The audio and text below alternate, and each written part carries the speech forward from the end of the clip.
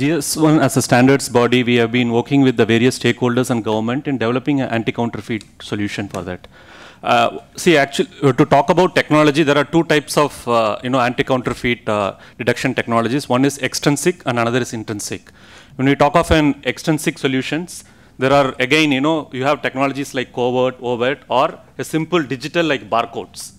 Currently, if you look at, especially in the pharmaceutical sector and also in the alcoholic beverages sector, Delhi is the first state in India to implement an anti-counterfeit solution for alcoholic beverages. For example, for all the liquors that are sold in here, it carries a barcode which has got a product identification as well as a unique random serial number. It is like a UID Aadhaar card. Every bottle has got a unique code which is given by the brand owner. See, what will happen is, as a part of it, even to that extent, anything which is duty avoided, it is not duty paid, is also called as counterfeit. So what we try to do is, by SMSing the serial number which is available on the product, it connects to the brand and says whether it is a legitimate product that is shipped or not.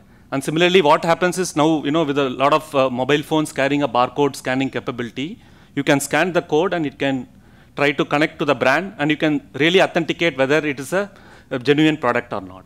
So this has been already implemented for all the exports that are happening. India is the first country in the world to implement an anti-counterfeit solution for the pharmaceutical sector.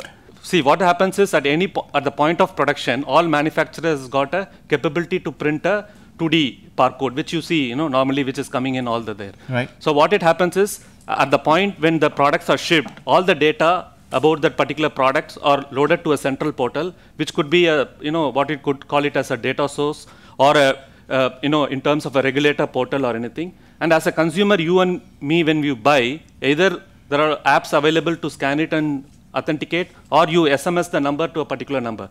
If you look at it, some of the brands by the leading pharmaceutical company in multivitamin brands, and I also very closely work with various FMCG and other companies. In fact, they have been able to detect where there, and also there has been almost around 30 to 35% increase in sale.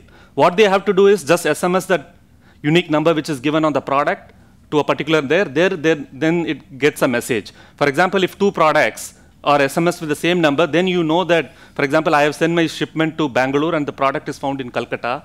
That means there has been some compromise which has happened in the supply chain. Then you will be able to investigate further and try to detect it.